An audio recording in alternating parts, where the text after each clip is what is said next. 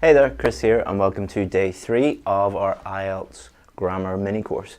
So make sure that you check out day 1 and day 2. You'll find them either on Facebook or YouTube. There's some really important information in there, but I think this one is going to have the biggest impact on scores because we're going to show you exactly what to do to improve your grammar and specifically how to improve the accuracy of your grammar. We talked a lot in lessons 1 and 2 about the difference between range and accuracy, and I told you that the most challenging thing for students is more accuracy than range. So this is all to do with how to improve the accuracy of your grammar. So what are we going to do in this lesson? We're going to look at the single biggest mistake that students make that we see every single day, because people email us every day saying, how can I improve my grammar? And they go away and they do this big mistake and then they come back and they haven't improved. We're going to give you a little bit of a talk on strategy and how to think strategically about improving your grammar, and then we're going to go into step by step how to improve your grammar. So the single biggest mistake that we see is trying to improve your grammar by reading a whole grammar book. So we get, let's say, 10 to 20 emails a day from students, and that goes something like this. Hi Chris, tell me how to improve my grammar. And we actually give them this grammar improvement plan. And then they reply and they say, I don't want that, will you just tell me a grammar book?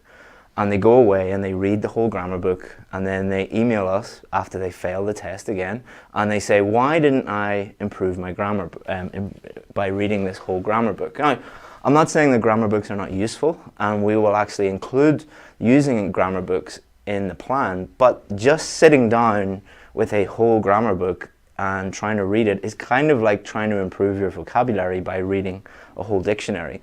For one, it's very boring. You're not going to get through a whole grammar book in one go. You're going to lose focus because it is incredibly boring. And also, I'm going to show you in a second, you need to be more strategic than just getting a whole grammar book and reading the whole thing, because it's a big waste of time if you actually do that. So let's look at an analogy. All right, so imagine you go to the doctors and you say, I feel unwell. All right, so the doctor wouldn't say to you, oh well, you feel unwell, just go out the back and we'll shoot you in the head and that will be the end of it. No, what they would do is they would try and figure out the part of your body or the system or exactly what is wrong with you. So imagine you have a problem with your liver, all right? Imagine you drink too much alcohol. They're not going to try and work on your teeth. They're not going to try and work on your eyes. They're not going to try and work on your skin or your heart. They're principally going to focus on the liver because that is the actual problem. So what a lot of people do is they think that improving their grammar, the best way to do that is to read the whole grammar book. You need to be a lot more strategic about that, in the same way that a doctor would be strategic and find out exactly what is wrong with you. So let's say I go into the doctors and I say, I'm feeling really unwell. The first thing they would do is identify what the actual problem is. So the actual problem is my liver. And then they would tell me what to do. So they would say, quit drinking. They would say, lose some fat, maybe my liver is too fatty. And then they maybe say, exercise to lose some fat from my liver. But then, once they've identified that and they've told me what to do, it's up to me to then go and do these things. So I have to quit drinking, I have to lose fat by exercising and eating more healthy. And if I don't do these things, this is not going to fix anything. I'm going to remain sick. So if you just read a whole grammar book, but you don't actually do anything with that grammar book, you don't actually do any practice or actually try and fix anything or learn the actual rules, you're just sitting reading a grammar book and not really thinking about it, it's exactly the same as going to the doctor and them telling you what to do and you're not doing it. And we'll come back to this metaphor at the end. So, step 1, just as going to the doctor and finding out what is actually wrong with you, the first step in the improvement plan is identify your main weaknesses. So there's no point in trying to improve every area of grammar. And this is not students' fault, because a lot of this comes from textbooks and courses. If you go to a textbook, what they do is they don't tell you your specific areas of weakness, they'll just teach you everything about grammar. If you go to a course in your local area, and it's a grammar course or a general English course, they won't often tell you exactly what you need to work on and just focus on that. They'll teach you everything to do with grammar. And a lot of the time, that's a waste of your time, especially in the context of IELTS. Because there are certain areas of grammar, and I don't know what those are for you, but it's probably one of these. It could be verb-subject agreement, tenses, articles, conditionals, prepositions, countable, uncountable nouns, punctuation. You need to figure out which of these areas, it could be other areas, but most of the time it's one of these, or two of these, or three of these. Which of these areas is the main problem? And then you're going to attack that problem. Just in the same way as if you went to the doctor, you're not going to try and improve everything unless you're incredibly sick. You're going to improve one or two areas that are actually causing the problem. So the first stage to improve your IELTS grammar scores is to identify the exact areas of weakness. What do you have a problem with? You could be aware of this yourself, or you can get like a friend who's very good at English, or a native English speaker, or a teacher, just to look at your writing, or to look at or listen to you speaking, and they should be able to identify pretty quickly what the problems are. With the students that I work with, just listening to them for 1 or 2 minutes, or looking at one essay, you can identify what their main issues are. So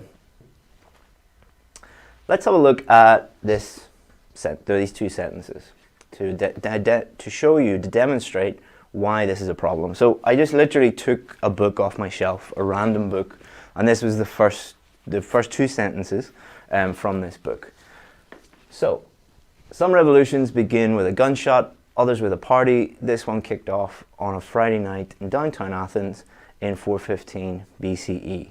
So, imagine that I'm writing this sentence, but I have a big problem with articles. So, here's an article. Here's an article, here's an article. This one kicked off on Friday night.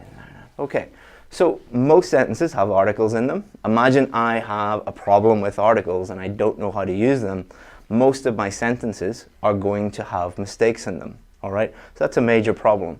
Imagine that I have a problem with prepositions. Again, multiple prepositions in just two random sentences. If you had a problem with prepositions, most of your sentences would have problems. And there's so many other areas of grammar.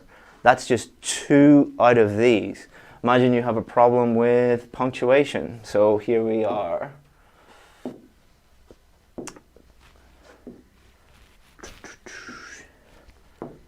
So those are just 3 areas. Imagine you really struggle with those 3 areas: articles, prepositions, and punctuation.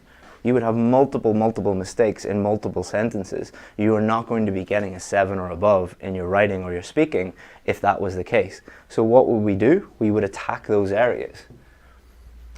So let's say, for example, you need to work on this, you need to work on this, and you need to work on this. But you're pretty good at this. You're pretty good at this, you're pretty good at this, that's no problem, and that's no problem. So what we've done is, instead of focusing on everything, we're just targeting our weak areas. In exactly the same way that a doctor would treat a patient, they would attack the weak areas, or treat the weak areas. And that is what you're going to do. That is the first step. Step 2, learn the rules of that grammar. Grammar is simply the rules or the law of a language, all right? That's all it is. So it's not very interesting, it's not very sexy, it's not very fun, but that's what it is. It is the law of the language, it is the rules of the language. But luckily, rules can be learned, All right, the law of something can be learned. It is pretty easy to do it. You just have to put the work in and do it. I'm a former lawyer. I can tell you that it is not that complicated. You just have to sit down and learn the rules of something.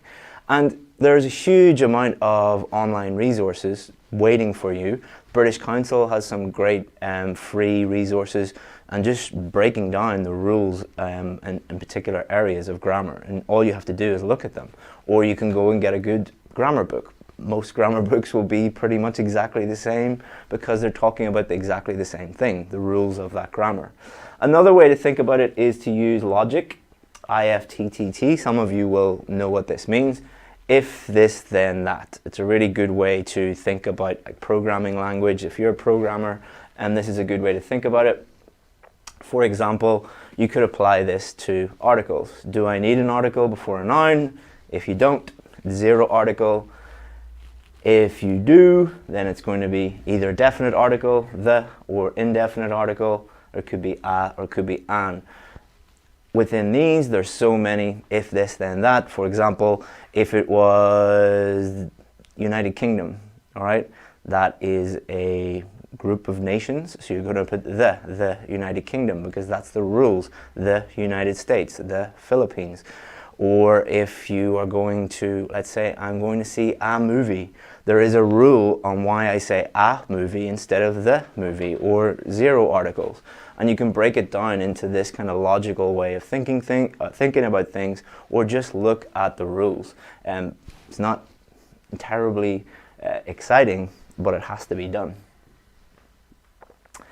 So again, looking at this, why, let's say we're looking at articles again. Why are we going to use this one here? Why a? Why here? Is there any other articles? So why are these the indefinite article a instead of an?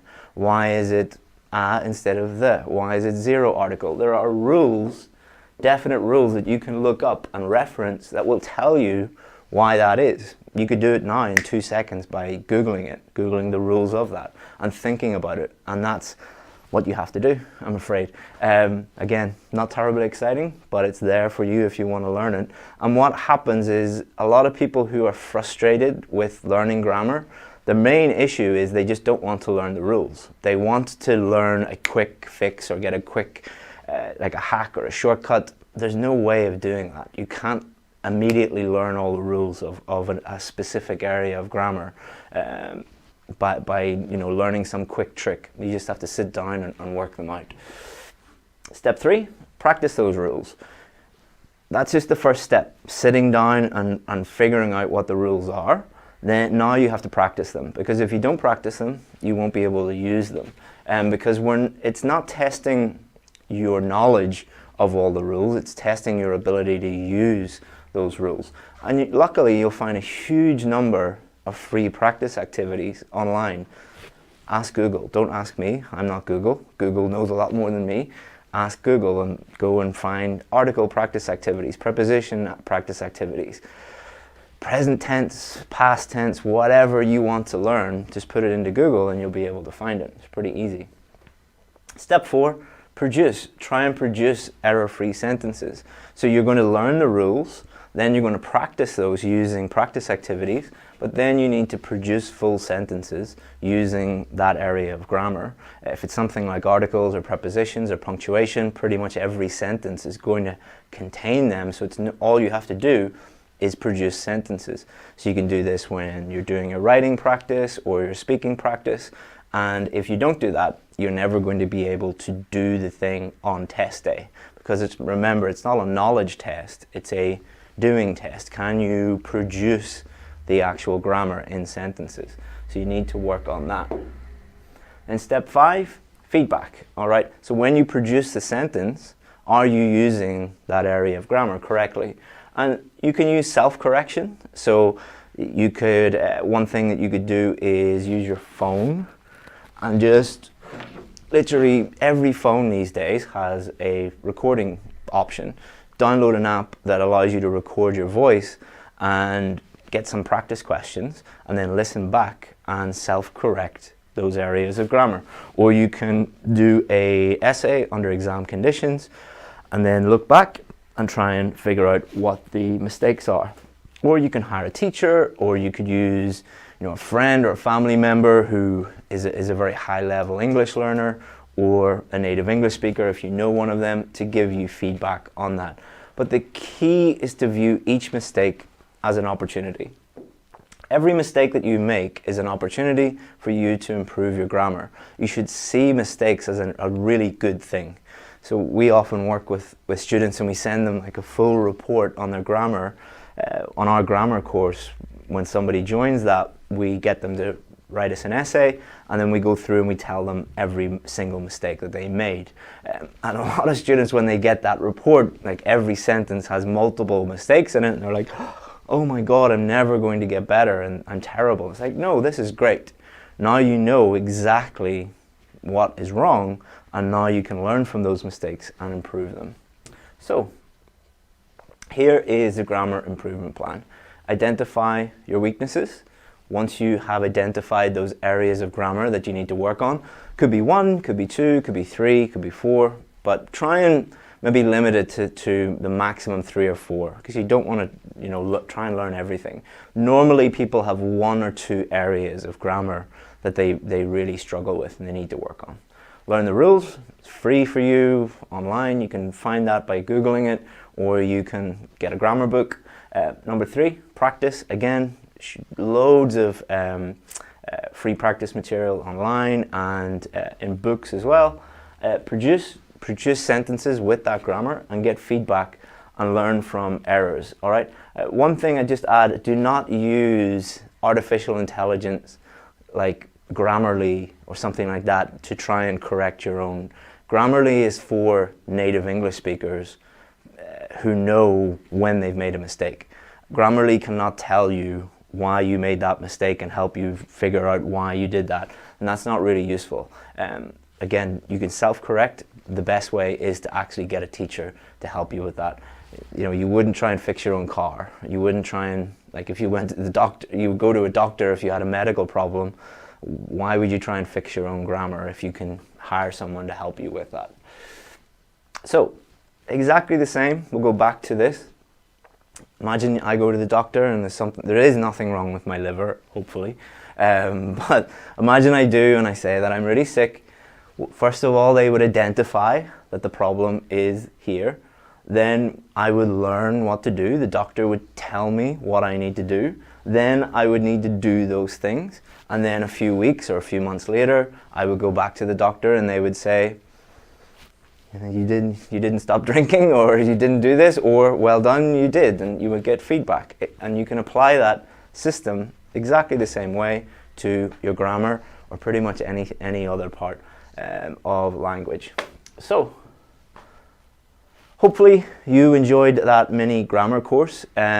If you didn't watch lesson 1 or lesson 2, feel free to go back, and please do email me in a few weeks or a few months after you have implemented that grammar improvement plan.